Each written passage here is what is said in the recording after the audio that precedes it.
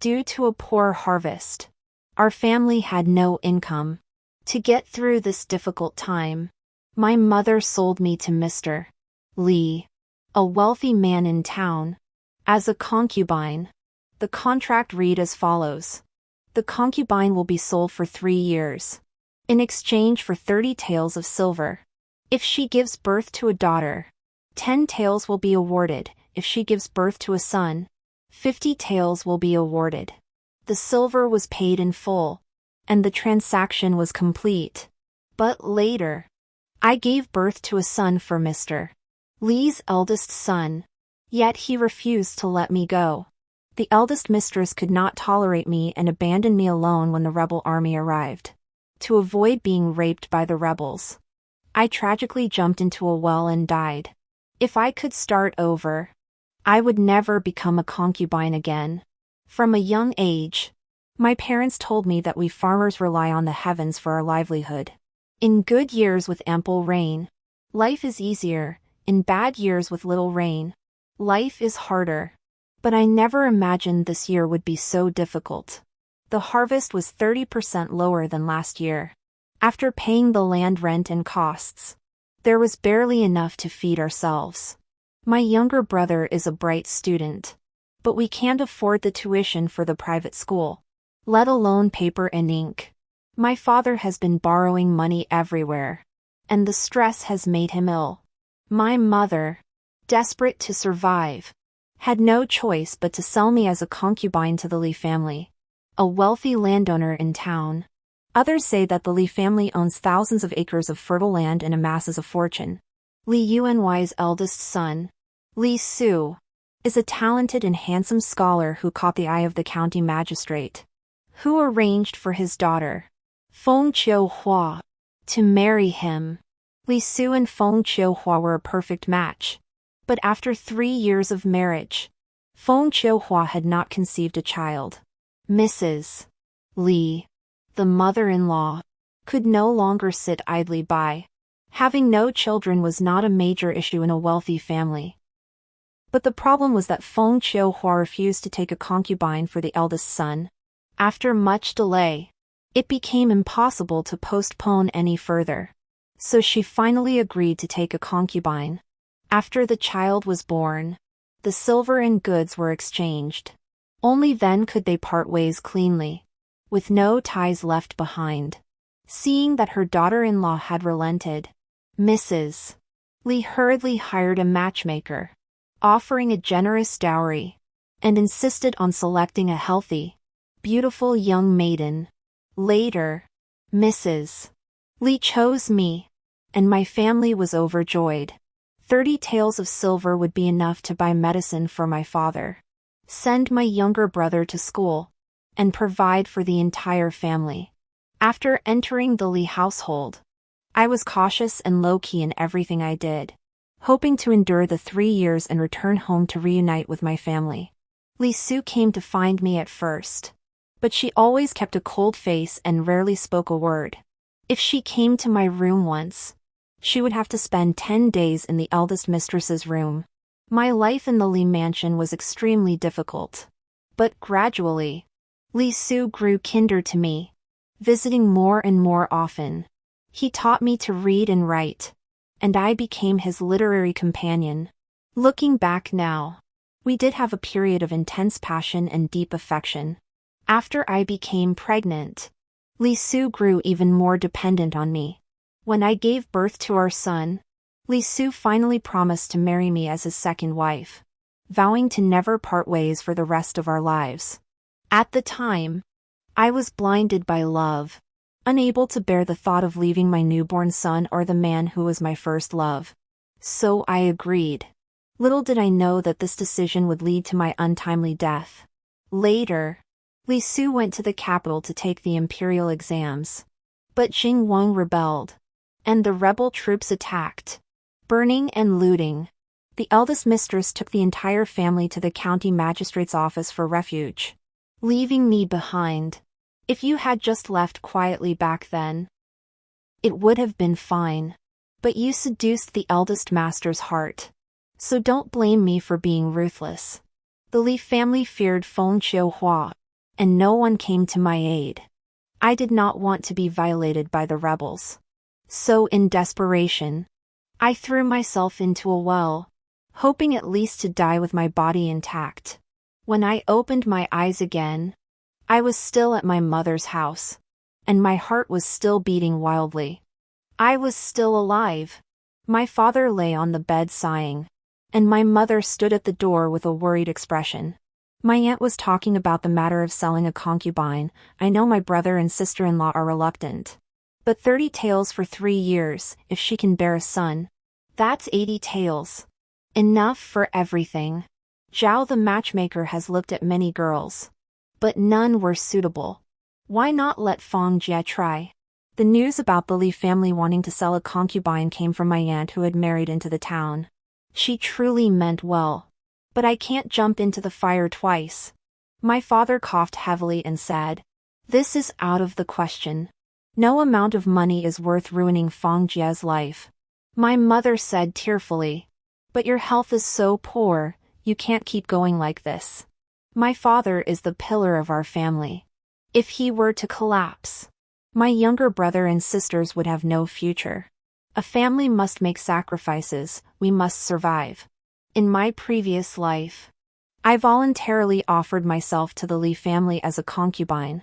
In this life, I can't appear too heartless." I whispered, "In theory, trading a daughter's 3 years for the family's survival is only fair. But I heard that Mrs. Li is the county magistrate's daughter. The Li family is so wealthy, could they really not afford to buy a concubine? It's because Mrs. Li refuses. If I go to the Li family as a concubine, wouldn't I be openly defying the county magistrate? In fact, Feng Qiuhua could so ruthlessly put me in a life-threatening situation because the county magistrate had always been backing her. Whether it was the Li family or my own family, no one dared to hold them accountable. My mother, being an ordinary woman, heard this and hesitated, saying, "That's true. We're just common folk, we can't afford to offend the county magistrate." Thus, I abandoned my parents' plan to send me to the Li family as a concubine. But now, our family desperately needed money to get by. My aunt said, "Then there's only one option, send Feng Jie and Xiang Jie to work as maids in a wealthy household. But that won't bring in much money. In poor families, when faced with natural disasters or misfortunes, they have no choice but to sell their children. My younger sister, Xiang Jie, is only 7 years old. The thought of sending her to work as a servant in someone else's home breaks my heart. I heard that Mrs. Li is ill and wants to eat some Jiangnan pastries. Why don't I try to become her cook?" I suggested. Li Su's mother was from Jiangnan, and she had been married to a northern family for over 20 years. Originally, she had 2 maids who could make Jiangnan pastries. But unfortunately, one died and the other married. During my 3 years as a concubine in the Li household, I noticed that Mrs. Li and the eldest mistress were at odds with each other. To gain Mrs. Li's favor, I always flattered her and even learned how to make pastries. Being a cook is better than being a concubine. My parents and aunt were surprised and asked, "Where did you hear about this?" I casually replied, "I heard it from the mother of Xinghua at the village entrance." Xinghua's father worked in town and brought back some news from there. My aunt thought for a moment and said, "But how do you know how to make Jiangnan pastries?" I sighed inwardly. How could I not know? I had practiced diligently for 3 years. I learned from Xinghua's mother.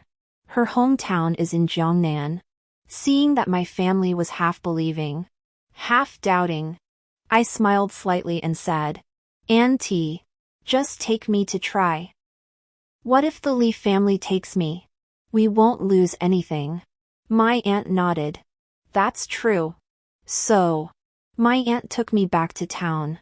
When we arrived at Song Yabao's house, we happened to see a woman in her 40s, accompanied by her daughter, walking out with a gloomy expression. Song the matchmaker muttered from the doorway, "She's as ugly as Dongshi." How dare she come out to make a fool of herself? The Lee family's door isn't that easy to enter. Then she noticed me. And her eyes lit up. This girl is good. She has a waist. She has hips. And she's pretty. In my previous life, she had said the same thing, constantly praising me for looking like someone who would make a good wife. I quickly lowered my head. I'm here to look for work as a cook. My aunt added. That's right. Oh. Song Yabao finally understood that I was going to work at the Lee mansion. She seemed slightly disappointed and said, All right. I'll go to the Lee mansion tomorrow. You can follow me.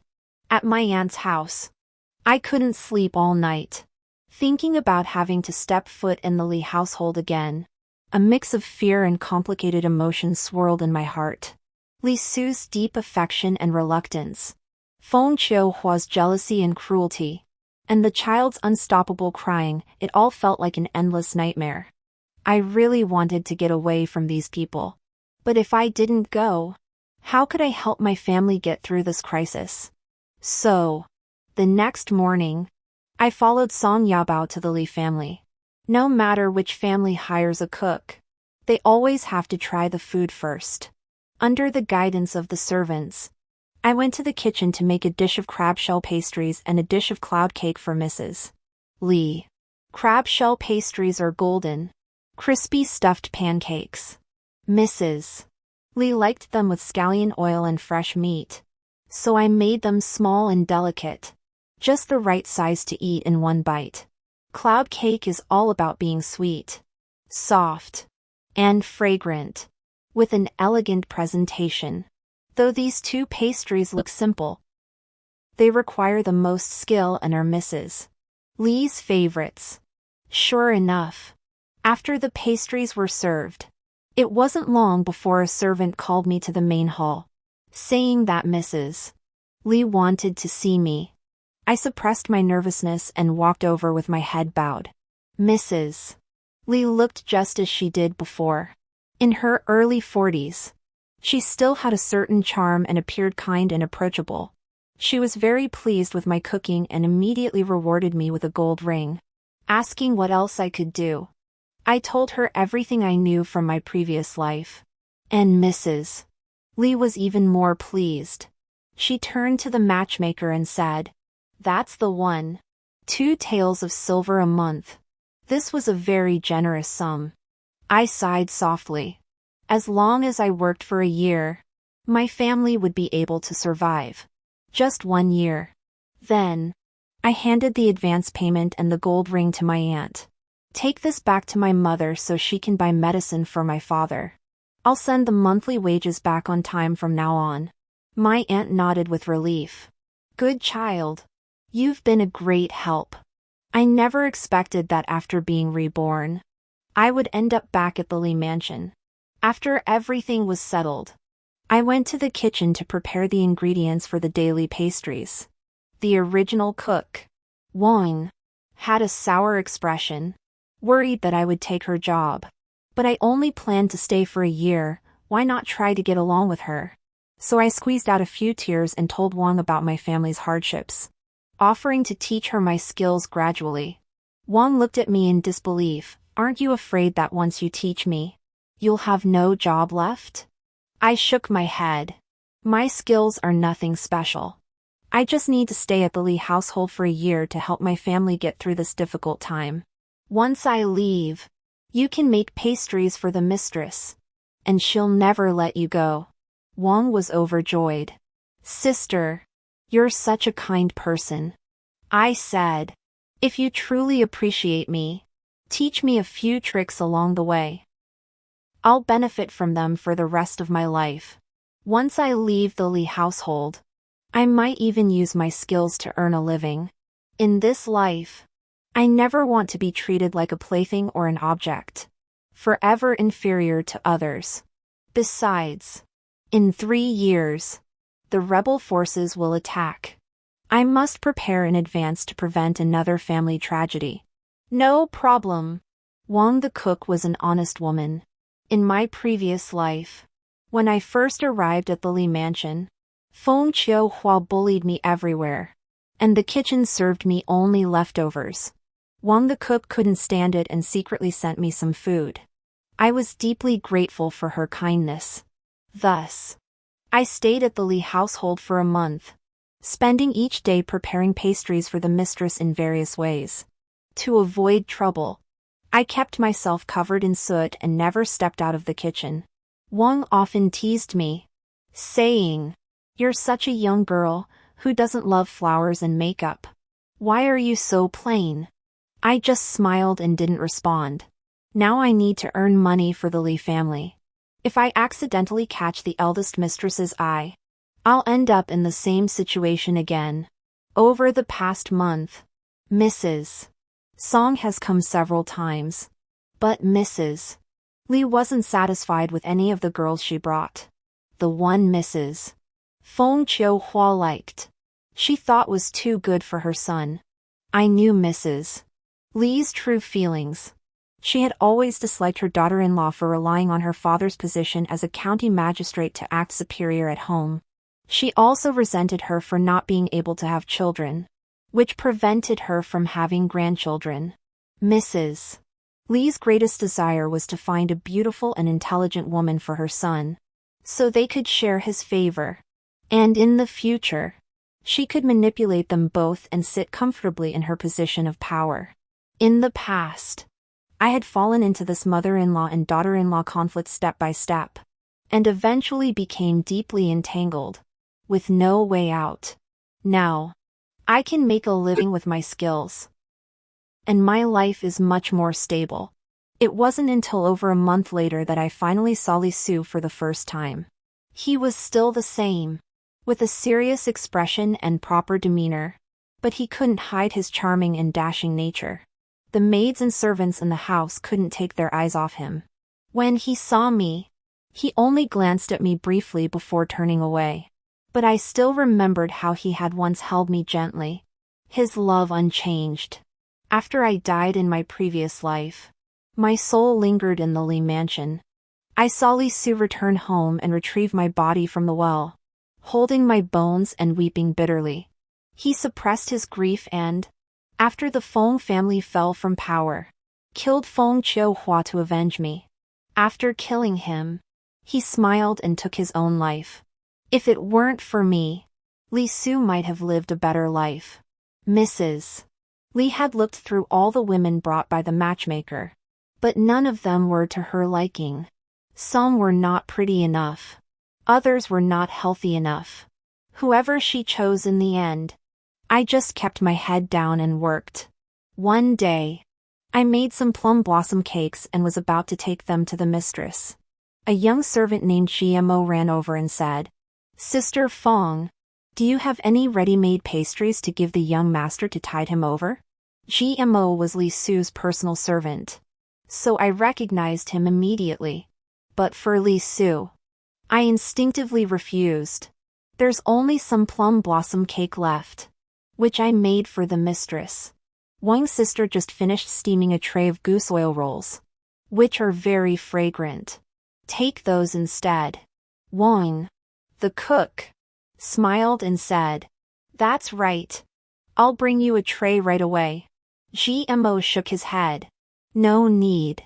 The young master said he doesn't want anything salty. He's just tired from studying and wants something sweet. A few pieces will do. You've made so much, the mistress won't need any." Since he had gone to such lengths, refusing would have been rude. So I reluctantly gave him 3 or 4 plum blossom cakes. GMO finally smiled and left. Actually, Li Su and the mistress had similar tastes and both loved sweets. In my previous life, I had made them for him too. I secretly regretted not making the plum blossom cakes a little worse. After Li Su ate the plum blossom cakes I made, he praised them highly. Within an hour, he sent GMO to give me a string of coins as a reward. I hurriedly refused. I already received my wages. How can I accept a reward? I really can't accept it. GMO said, "Take it and keep it. What's there to be polite about?" The young master said that from now on, Whenever the mistress makes pastries, make an extra portion and send it to the study. There will be a reward for doing so. Just what I feared would happen. I was a servant in the Li household, not just there to serve Mrs. Li. Li Su was the master of the house, I couldn't refuse. But getting too involved was never a good thing. So, half of the pastries I made each day ended up in Li Su's stomach. Li Su was a generous person. Within 2 weeks, he rewarded me twice. Wang, the head cook, envied me and said, "You're so lucky." This wasn't good luck at all. I knew Li Su rewarded me because he appreciated my skills. But he hadn't even seen me much. Even so, it caught the attention of Feng Qiuhua. Soon, Xiao Hong, a maid from Mrs. Feng's room, came to the kitchen, gave me a cold look, and said arrogantly, "I hear your pastries are delicious. Even the young master praises them. Make some of your best and send them to the young mistress. There will be a generous reward." Wang, the head cook, gave me a nod, and I hurriedly nodded in agreement. Everyone in the Li household knew that even if you offended the mistress, you must never offend the young mistress. In my previous life, Li Su had once told me that Feng Qiuhua, though spoiled at first, was still a naive and enthusiastic young woman. However, after years of marriage without a child, she bore a great deal of pressure. Combined with her deep love for Li Su, her personality became increasingly obsessive and twisted. If it weren't for the county magistrate still being alive, the Li household would never have tolerated Li Su remaining childless.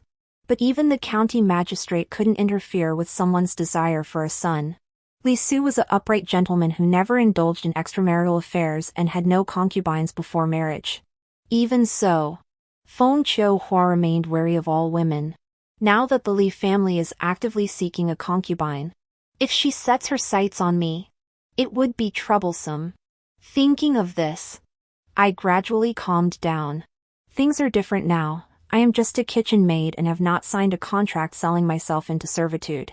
As long as I behave properly, Feng Qiuhua cannot do anything to me. So I took some ash from the stove, applied it thinly to my face to make it look sallow, and let my hair hang down to cover most of my face. Then I slowly prepared some pastries, placed them in a delicate food box, and went to Feng Qiuhua's courtyard. Feng Qiuhua had originally planned to scold me, but seeing my appearance, she immediately let down most of her guard. In her eyes, Li Su had high standards. She wouldn't stoop so low. Seeing that I was quiet and obedient, Feng Qiuhua scolded me a few times and let me go.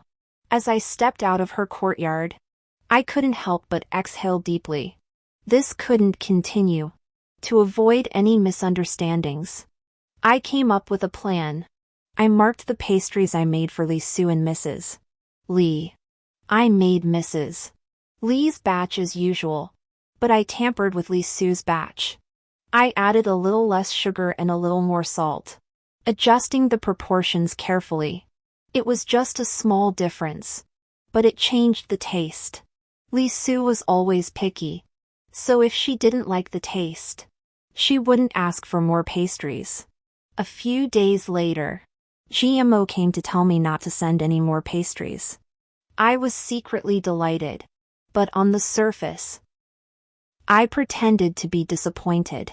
Wang, the cook, exclaimed, "What's going on?" "Oh well, we won't get the young master's tips anymore." She spoke with regret, but I felt quite pleased. However, a few days later, the mistress said she wanted me to make more pastries to send over. What was going on? I prepared pastries for the mistress almost every day, but she couldn't eat that much by herself. She would pick the best ones and eat them, then distribute the rest to the maids in the house. Now she wanted more, but they couldn't eat that much either. I was puzzled, so I quietly asked Xiao Yun, the maid in the mistress's room. Xiao Yun said, "The mistress doesn't need that much. It's for the young master. He said the pastries in the mistress's room taste the best. That damn Lee Sue. He found out. The next time I went to the mistress's room to deliver food, I happened to see Lee Sue there as well. He looked at me with a smirk, his eyes betraying a hint of mockery. My heart raced, and I quickly lowered my eyes. A few days passed, and I brought pastries to Mrs. Lee. She suddenly called me over and started asking me random questions. I felt a bad premonition. "Oh, how is your father's illness?" I held my breath and replied, "He's much better. Thank you for your concern. How is your brother doing with his studies?" "That's the important matter." She asked many questions, and I answered them all. The conversation seemed to have an underlying meaning. Having spent 3 years with Mrs. Lee, I knew she didn't speak without purpose. Every word she said had a meaning. Sure enough, when she had said enough, Mrs. Lee suddenly grabbed my hand and said earnestly, "What do you think of the eldest young master?" I felt a chill run through my body, as if a cold wave was rising from the depths of my soul. Seeing that I didn't say a word and my face had turned pale, Mrs. Lee bluntly said, "Would you be willing to become the eldest master's concubine? I promise I won't treat you badly." I was speechless. She was targeting me again? Thinking back to the humiliating memories of my previous life, my heart pounded like a drum. What should I do now? If I refuse outright, will Mrs. Lee agree? She must have discovered some connection between me and Lee Sue. Perhaps she had already asked Lee Sue and received a clear answer before approaching me. I forced myself to calm down and said softly, "Madam, you wish to give the eldest master a concubine to ensure an heir for the Lee family.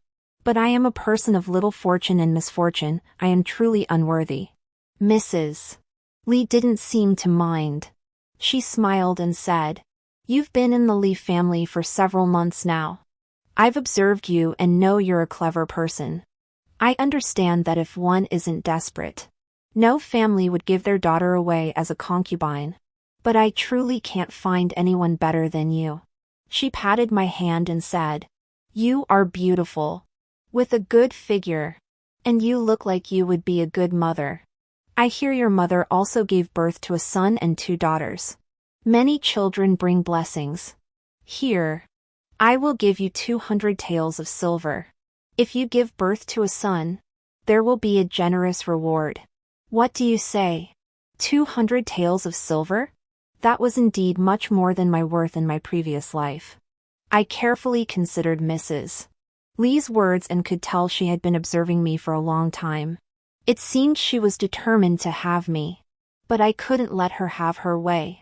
Staying in the Lee family would put me in the hands of the Lee matriarch and her daughters-in-law, and I'd be in danger. Thinking this, I feigned surprise. 200 taels? Mrs. Lee smiled and nodded. "If you can give the eldest master a son or daughter, there will be an additional reward. I won't go back on my word." Seeing that I was tempted, she continued, "With that money, your family could buy land and property. You wouldn't have to farm and suffer anymore. How wonderful that would be." The offer was indeed tempting. I lowered my head, feigning modesty, and whispered, "Thank you for your kindness, Mrs. Lee. This is a matter of great importance. May I go home and discuss it with my parents first?" Mrs. Lee thought I was just being modest and smiled. "That's only right. Such a major decision should be discussed with your family. I'll give you a few days off. Go home and think it over." In her eyes, my family had no reason to refuse.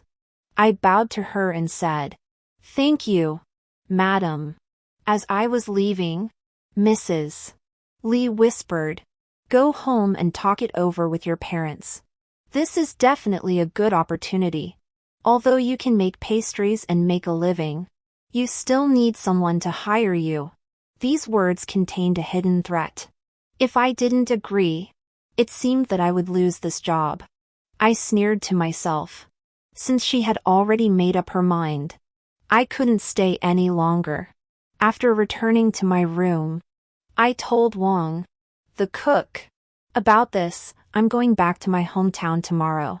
Wang, the cook, frowned and hesitated for a moment before saying, "You're making a big deal out of this. The young mistress isn't someone easy to deal with." Everyone knew that whether I became Li Sudian's concubine or the second wife, I would face harassment from Feng Qiuhua. I pretended to be undecided inside. The situation at home had eased slightly. My father's illness had improved, though he was still taking medicine. My younger brother's tuition fees had been borrowed from various people by my mother. Those who were willing to lend us money did so because of my position as a servant in the Li household. If I offended Mrs. Li and returned home like this, life would undoubtedly become even more difficult. Since you won't give me a way out, I won't hold back either. That night, just after midnight, the moon was high in the sky. The Li household was completely silent. Even the maids and servants on night duty were sound asleep. I tiptoed into Li Su's courtyard and found the osmanthus tree. I began to dig gently beneath it. In my previous life, I had always lived in the western wing of Li Su and Feng Qiuhua's courtyard. Later, when I gave birth to a child, Li Su was overjoyed and ordered the servants to build a swing beneath the osmanthus tree. She told everyone it was for the child to play on when he grew older. In reality, I knew he had heard me mention it once and had it made especially for me. But who would have known that when the craftsmen were digging the foundation, they discovered a jar buried beneath the tree, containing 10 gold ingots and 10 silver ingots, each weighing approximately 500 taels. At the time, that was a fortune. The Li family was already wealthy, but they never expected such a windfall. The entire family attributed it to the good fortune brought by the young master. Li Su later told me that the money was likely left behind by the previous owner of the front courtyard. Perhaps they intended to leave it for their descendants, but for various reasons, their wishes were never fulfilled.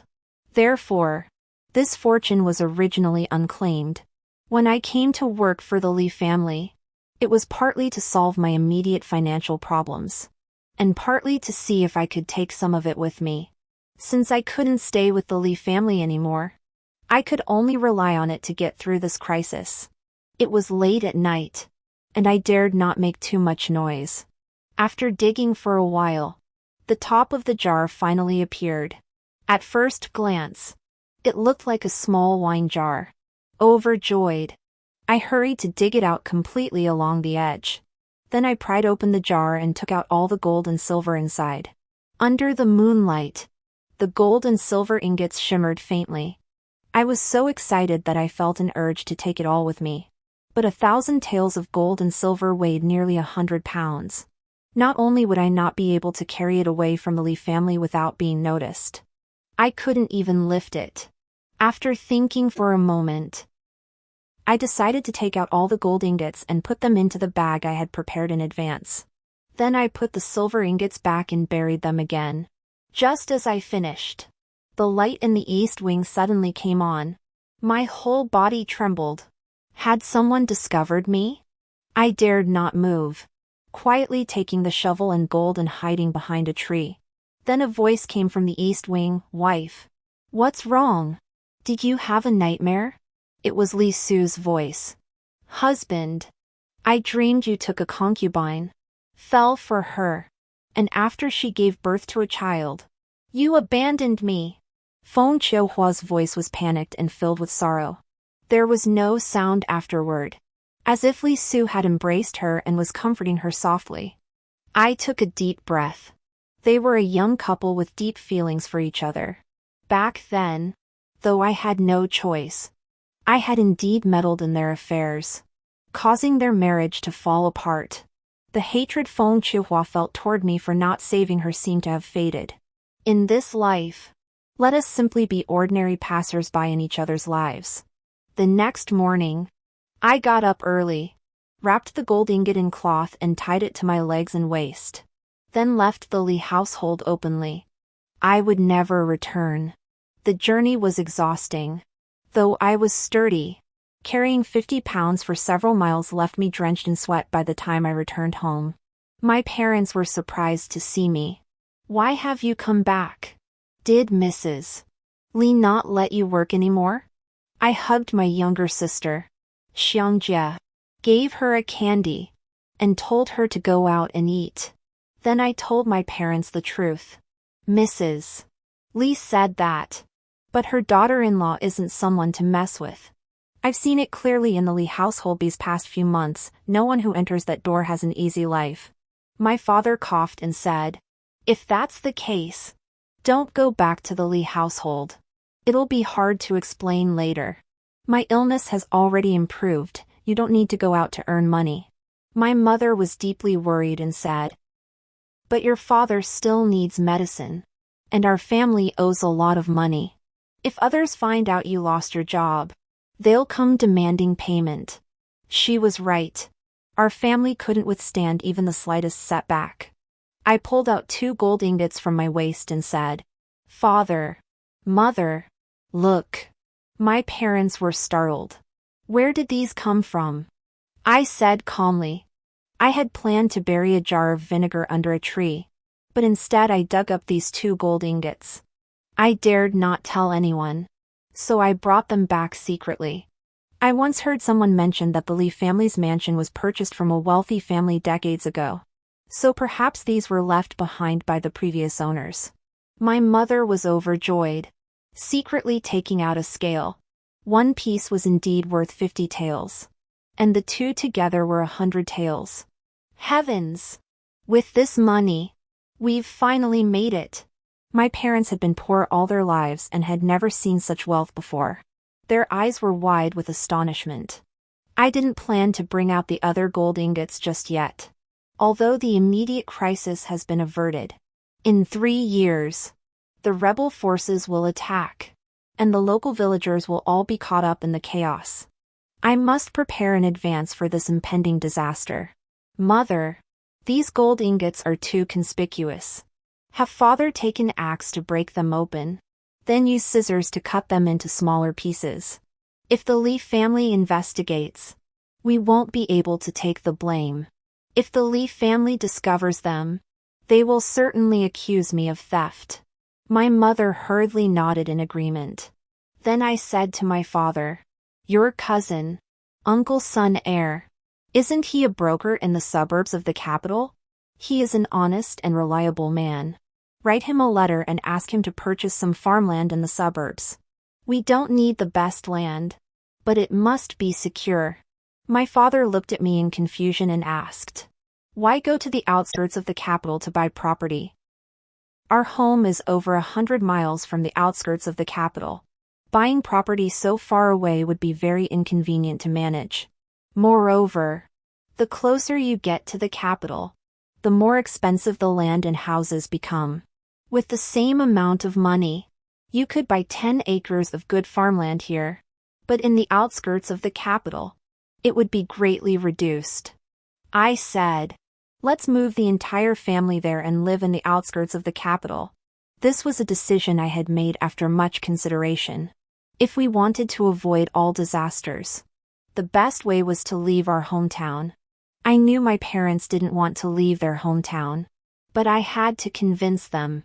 "Father, Mother, I think Mrs. Lee has set her sights on me. Once I refuse her, who knows what other means she might use against us. Besides, everyone in this area knows our family's background. If we suddenly become wealthy, there will be countless people watching us. The safest option is to move to a new place." Seeing their hesitation, I continued, "Mother, the schools in the suburbs of the capital are certainly better than the ones here. Your younger brother will have better opportunities for education. Once we purchase hundreds of acres of fertile land and build a spacious mansion, you can live the life of a wealthy lady." After much persuasion, I convinced my parents. In truth, they understood the principle of not flaunting wealth better than I did. Thus, my mother divided the gold ingots into smaller portions. My brother and I accompanied our father to buy land, claiming we were going to seek medical treatment. Meanwhile, I sent a message to the Lee family through someone, saying that my father was seriously ill at home and needed me to stay and take care of him, so I couldn't return to work. I also said I wouldn't take the wages for the past half month. Mrs. Lee must have been very upset. But since I hadn't signed a contract selling myself to her, she had no choice but to accept it. The rest of the matters went smoothly. Uncle Sun was an upright man and treated my father very well. Coincidentally, someone was in urgent need of money and sold us a plot of 200 acres of prime farmland along with a well-maintained two-story courtyard. Land in the suburbs of Beijing is expensive. A single acre of prime farmland costs around 8 to 9 taels of silver. 200 acres of land plus the courtyard were sold for a flat price of 1,600 taels. This price was too good to pass up. My father was initially hesitant, but I kept giving him subtle signals. I gave my mother 2 gold ingots, which amounted to 200 taels of gold, exactly 2,000 taels of silver. After purchasing the land and the house, we still had 400 taels left, no issues at all. Next, we went to transfer the land deeds and house deeds. That's why I brought my younger brother along. Although I can read, others don't know that. Having my brother there to oversee the transfer procedures and names would prevent us from being deceived. Once everything was settled, I finally felt at ease. Sun Urshu, seeing how decisive I was, couldn't help but praise my father. You're truly a lucky man to have such a capable daughter. My father smiled so broadly he couldn't close his mouth, saying, "This daughter of mine is more useful than any son." It took us 4 or 5 days of hard work, but everything was finally arranged. The fields we had purchased already had tenants, so the change of ownership did not affect their cultivation. We looked out from afar and saw that the wheat in the fields had already formed ears. Several farmers heard that we were the new landlords and hurried over to greet us, making my father, who was so down to earth, feel quite embarrassed. He sighed. After a lifetime of farming, I never thought I'd have my own land. It's like a dream. I said, "You're blessed in your middle age. Now you can enjoy a life of leisure. Just remember that we've suffered our share, so don't be too harsh on the tenants." My father nodded heavily. "Fangjie, you're absolutely right." When we returned home, my mother said anxiously, "The Lee family sent someone over 2 days ago." Really? According to my mother, just 2 days after my father and I left, the Lee family sent an old servant over. From the way she spoke, it didn't sound like she said anything nice. I asked, "What did she say?" My mother replied, "That old servant was very arrogant. She said you were ungrateful and had forgotten all the kindness we showed you. And she said many other hurtful things. As if we were the ones who didn't know how to appreciate a good thing. Since you weren't home, she said she'd come back in a couple of days." Come back? If they come back, they'll get the cold shoulder. I told my mother, "Everything's been arranged in the suburbs of Beijing. Let's pack up our belongings and head there right away." We didn't take any household items except for our clothes and valuables. We said we were going to stay with relatives in another place, so the Lee family wouldn't be able to reach us there. My younger brother also said, "Mother, the house there is so big. You'll see when you get there. You'll be a landowner's wife." My mother exclaimed excitedly, "Oh!" And so, the 5 of us finally left the village where we had lived since childhood and set off for a new life. 2 years later, our family's land had increased from 80 acres to 200 acres, and our lives were becoming increasingly prosperous. After becoming a landowner, my father often worked with Uncle Sun Air, and he became more flexible and organized in dealing with people. My younger brother was doing well in school, and the teacher planned to have him take the county-level exam next year. If he passed and became a scholar, all the taxes and labor duties for our family would be exempted, and I would feel even more at ease. The only thing that worried my parents now was my marriage. I was already 17 years old. Even in a farming family, it was time to find a suitable husband. As the saying goes, a grown woman should not be kept at home, keeping her only leads to resentment. My mother has been searching far and wide for eligible bachelors. But I have not given marriage a second thought. Instead, I am increasingly anxious about the impending war. We managed to escape, but my aunt's family is still in the county seat. My father has written to her many times, urging her family to come live with us. But my uncle refuses. Besides my aunt, many of my childhood friends are still in the village and town. When the soldiers come, where will they go? In my previous life, after I died, my soul drifted aimlessly, witnessing a scene of utter devastation, desolate fields, empty houses, and a heartbreaking sight. It was so frustrating that I was just a peasant girl with no access to the powerful people who could influence such important matters. As September approached and the imperial examinations drew near, more people began passing through the outskirts of the capital in search of lodging. My family had already purchased the land next door and expanded our house, waiting for my younger brother to marry and move in. Seeing the increase in travelers, my mother tidied up the new house and offered it to passing scholars as temporary lodging, saying it might bring some literary fortune. She also whispered to me in private, "Our family has finally risen above our former poverty. If any of these scholars catches your eye, marrying the daughter of a scholar would be a fine match." I couldn't help but laugh, letting her go. Just then, my father's tenant returned from the fields with a man he had rescued. The man was handsome and well-mannered, dressed in a long robe, but he was severely injured and unconscious by the roadside. My younger sister, Xiangjie, said, "Could this be another scholar heading to the exams?" My mother replied, "He does look like a scholar. Perhaps he encountered bandits? Could he be a criminal?" My younger brother asked, feigning solemnity. In the suburbs of the capital, the people were simple and kind-hearted. They wouldn't stand by and let someone die. My mother summoned a doctor, who tended to his wounds and gave him medicine. After a few days, he recovered. When he regained consciousness, he repeatedly thanked us, saying, "My surname is Su, and my given name is Yuan. You saved my life. I will surely repay you in the future." Su Yuan? I felt a chill run down my spine. Was this fate? In my previous life, the first person to expose Prince Zheng's rebellion was Su Yuan, the clerk from his mansion. It is said that Su Yuan was an upright and resolute man. After discovering Jing Wang's plans to rebel, he escaped from Jing Wang's mansion and was chased all the way, nearly losing his life. Later, he returned to the capital and wanted to inform the court of the news, but had no one to turn to for help. Jing Wang was the emperor's younger brother and the empress dowager's son. Without concrete evidence, no one believed Su Yuan's words.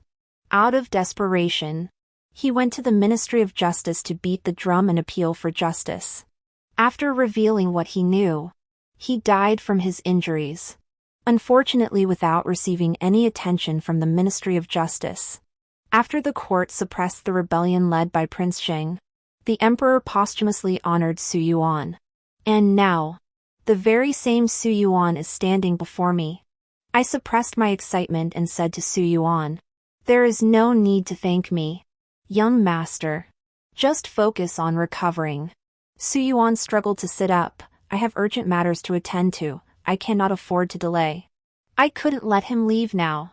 I hurriedly pushed him back. Su Yuan looked at me in surprise. "Miss, you?" I cleared my throat. "Although you have important matters to attend to. Without a strong body, you won't be able to accomplish great things. As the saying goes, sharpening the axe doesn't delay the cutting of wood. Once you've recovered your health, everything will be in time." According to the timeline of my previous life, Prince Jing wouldn't rebel for at least another year. Seeing my determination, Su Yuan reluctantly stayed. When I stepped out of the room, I instructed the servants, "Keep a close eye on this Su gentleman. He had already put his life on the line, determined to serve the people. But if he were to die in vain, wouldn't the outcome be the same as in my previous life?" My mother heard about this and whispered to me, "Have you fallen for him? He's a scholar candidate, isn't he?" I couldn't help but laugh and cry. "No. I heard he's just a clerk." My mother said, "A clerk is good too. He's still an educated man." Next. I must admit I had some foresight. According to the servants, Su Yuan was always trying to escape and had been caught several times. With no other choice, I had to talk to him myself. As soon as Su Yuan saw me, he said anxiously, "Miss, you mean well, but I understand. My injuries are not serious. I beg you to let me go. There is a matter of life and death waiting for me." Seeing his desperate expression, I felt deeply moved. So there was someone in this world who shared my feelings. The concerns I had carried for 2 years could finally be entrusted to this person. I stared straight at Su Yuan until he couldn't bear to look away. Then I spoke. "Mr. Su, I once had a dream." After I recounted everything I had seen and heard in my previous life, Su Yuan's expression finally changed. Seeing him so astonished he couldn't speak, I took out the 2 gold ingots and several silver notes left in my family's possession and bowed deeply before him. "Miss Song, what are you doing?" "Pan Jun, avenge the people of Tong County." Seeing my determination, Su Yuan was at a loss for words. "Miss Song, this is out of the question." I spoke seriously. "What is out of the question?" "You have been working tirelessly for the people and the greater good of the nation. Once you enter the capital, you will face countless difficulties. You need this money to smooth things over and ensure that the truth can be conveyed. In my previous life, Su Yuan was isolated and helpless in the capital, dying a tragic death. This time, I must not repeat the same mistake." Su Yuan finally believed every word I said. Moved beyond words, "Miss Song, your righteousness is admirable. Your courage leaves me in awe." I sighed. "Mr. Li, you are the hope of the people of Tong County. I spend my days at home scheming and plotting, but I have no ability to go out and take action." We then began to discuss the matter. "You've been working as a clerk for Prince Jing for all these years. Do you have any connections in the capital?" I asked. "Rebellion is a serious matter. We cannot make empty claims. We must ensure the information reaches those in power who can handle it." Su Yuan furrowed his brows. "I have an older brother who is a clerk at the Shentian prefecture. I plan to go see him first. Have him introduce me to the prefect, and then tell him the truth about this matter. The Shentian prefecture oversees all matters in the capital, but it has no jurisdiction over a feudal prince's rebellion. In my previous life, Su Yuan's senior brother had refused to get involved in such matters and had turned him away." I thought for a moment and said, "Do you have any other connections?" Su Yuan shook his head. Going directly to the Ministry of Justice to appeal for justice was not entirely out of the question. But as a subordinate accusing a superior, Su Yuan would suffer greatly. If Prince Jing were to temporarily bide his time, Su Yuan might even be executed. I said, "Have you considered going to the censorate?" Su Yuan replied, "But I have no connections there. You may not know this, but there is a censor named Bai in the court. He is the most upright and impartial, loving the people like his own children. Moreover, he has a strong background, being a disciple of Fan Darren, the current chancellor. Going to him would be more appropriate. While ordinary censors may dare to intervene, they may not necessarily be able to. But the white censor has a mentor who is a chancellor, which makes all the difference."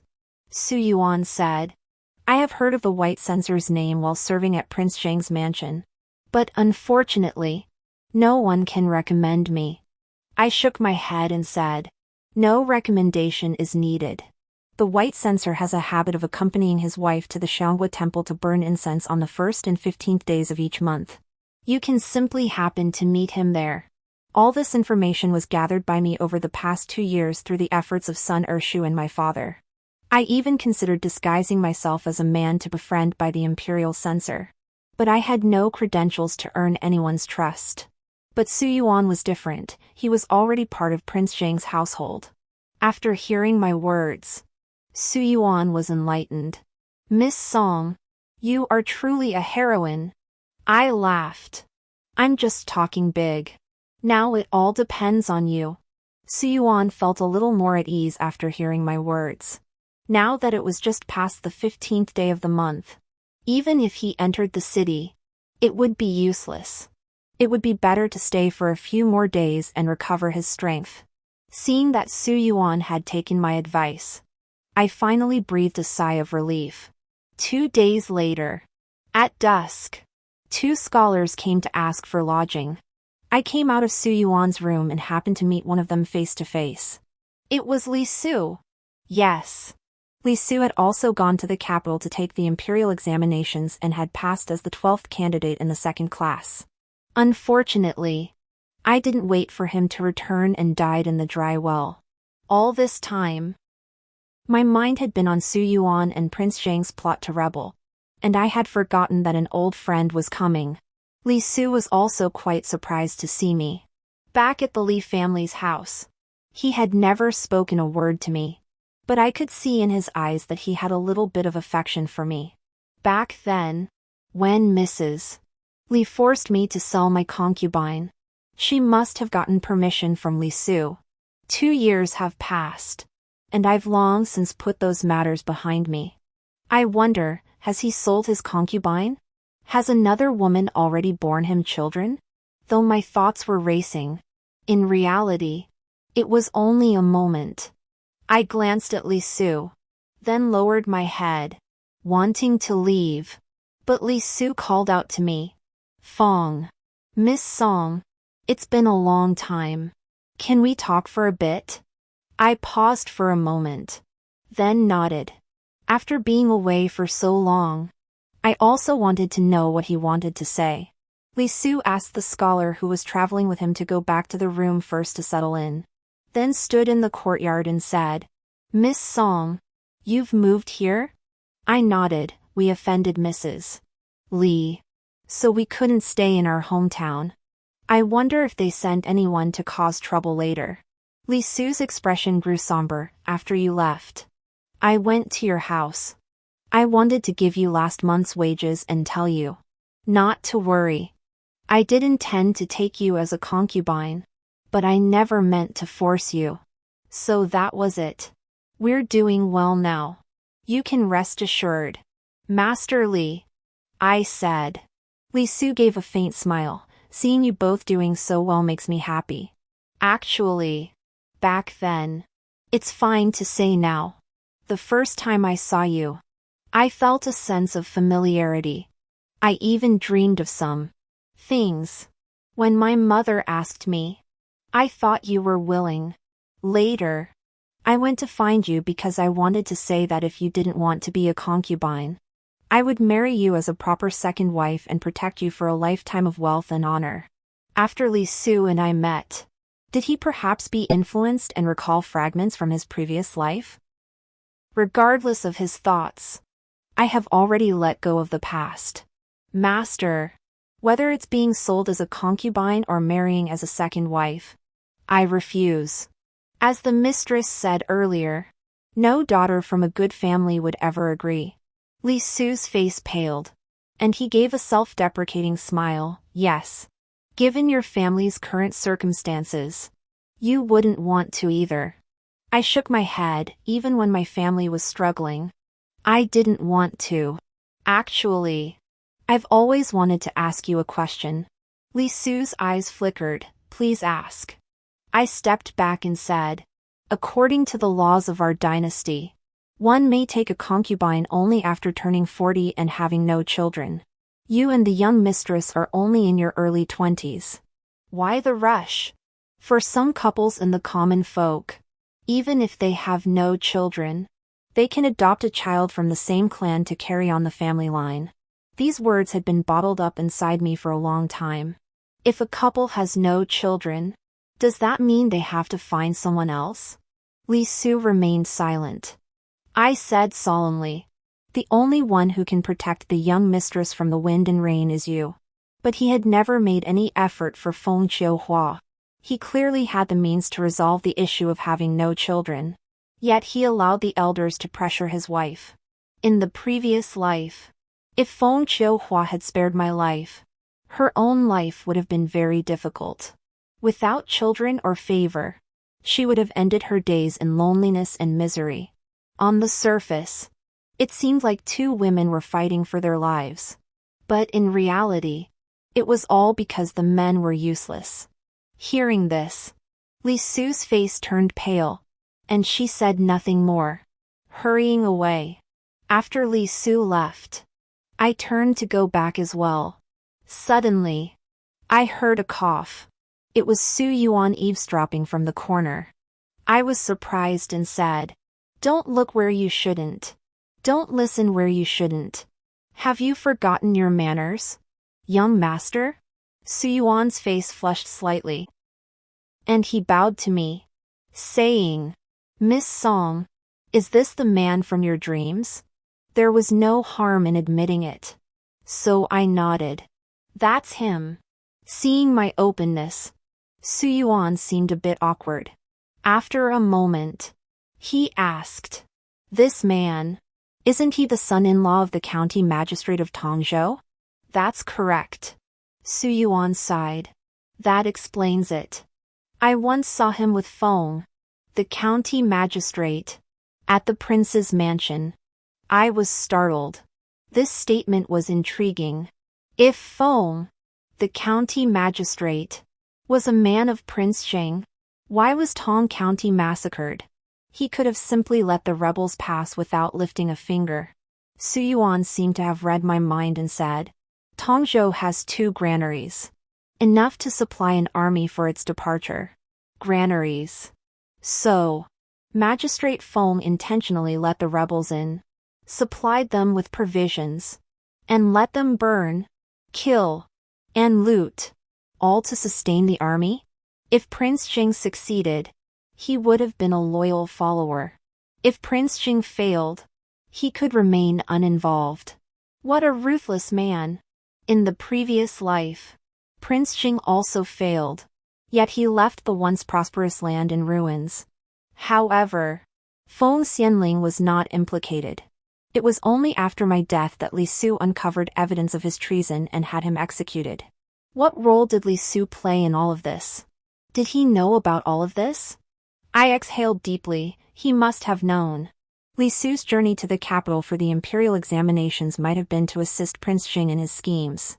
In the previous life, Su Yuan's failure might have also been orchestrated by Li Su. But he never anticipated that after he left, I would die in a dispute among my wives and concubines, killed in this conspiracy and rebellion. Did Li Su kill Feng Qiuhua and then commit suicide out of remorse? Suddenly, I felt like I had figured out many of the key points. Those hidden threads that had been unclear were gradually coming to the surface. I sighed deeply and said to Su Yuan, "If you go to the capital, you must be wary of this man. I don't know how much power Li Su has, but I can no longer judge him with my old eyes." Su Yuan said happily, "I will. I will." I was a bit puzzled. Why was he so happy?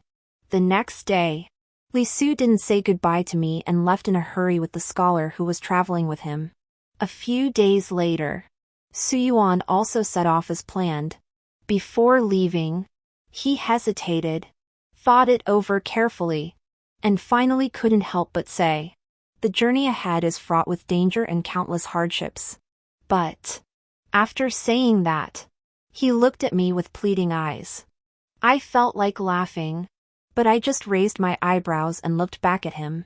After waiting nearly half an incense stick's worth of time, Li Su couldn't help but say, "If I succeed, I'll come to your house to propose marriage. Can you wait for me and not marry anyone else first?" After saying this, his face turned bright red. I was both amused and exasperated, and said, "As long as the matter in Tongzhou isn't resolved, I won't marry anyone." Su Yuan, having received my assurance, exclaimed excitedly, "You are so noble. I will definitely return."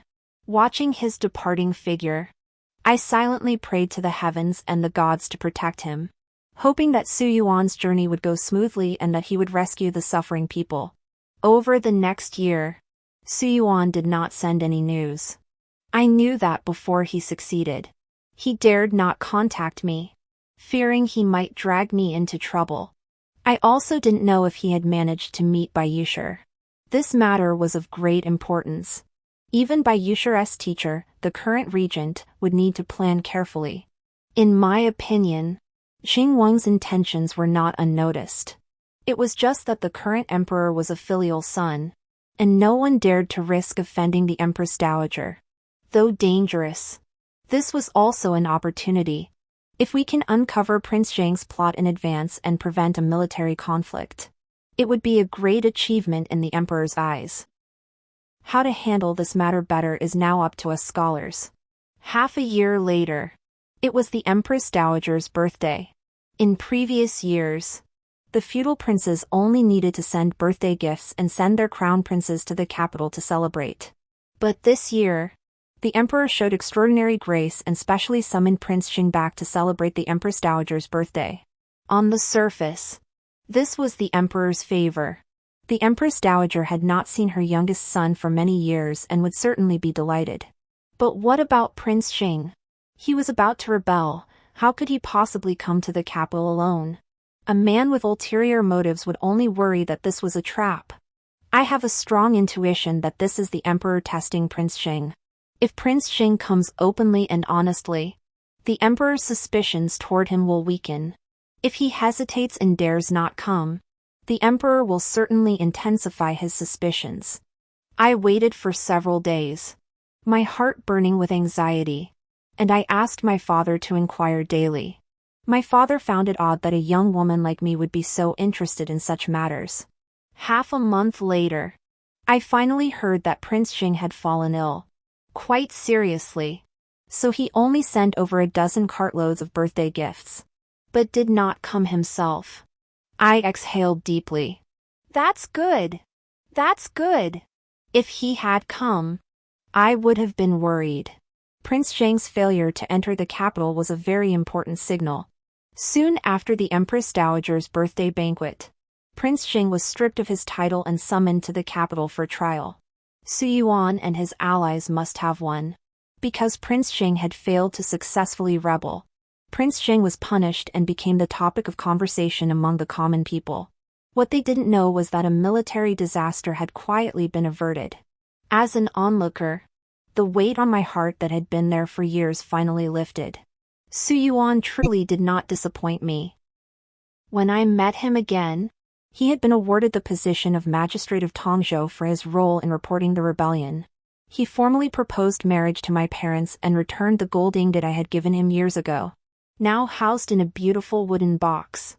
As a token of our betrothal, I gladly accepted. In good years with plenty of rain, life was easier. In bad years with little rain, life was harder. Not Su. The matchmaker, wearing a red flower, spat out. I gently lifted the curtain of the palanquin and saw that the prisoners being escorted to the capital were indeed the Feng and Li families. The once arrogant county magistrate Feng had become a prisoner, and the Li family, as in-laws, had been implicated as well.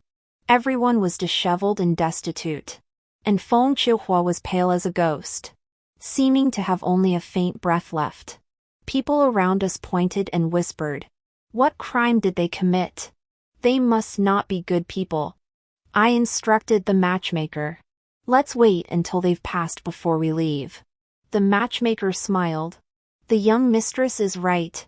Su Yuan was waiting for me. No matter how long it took, he would wait for me.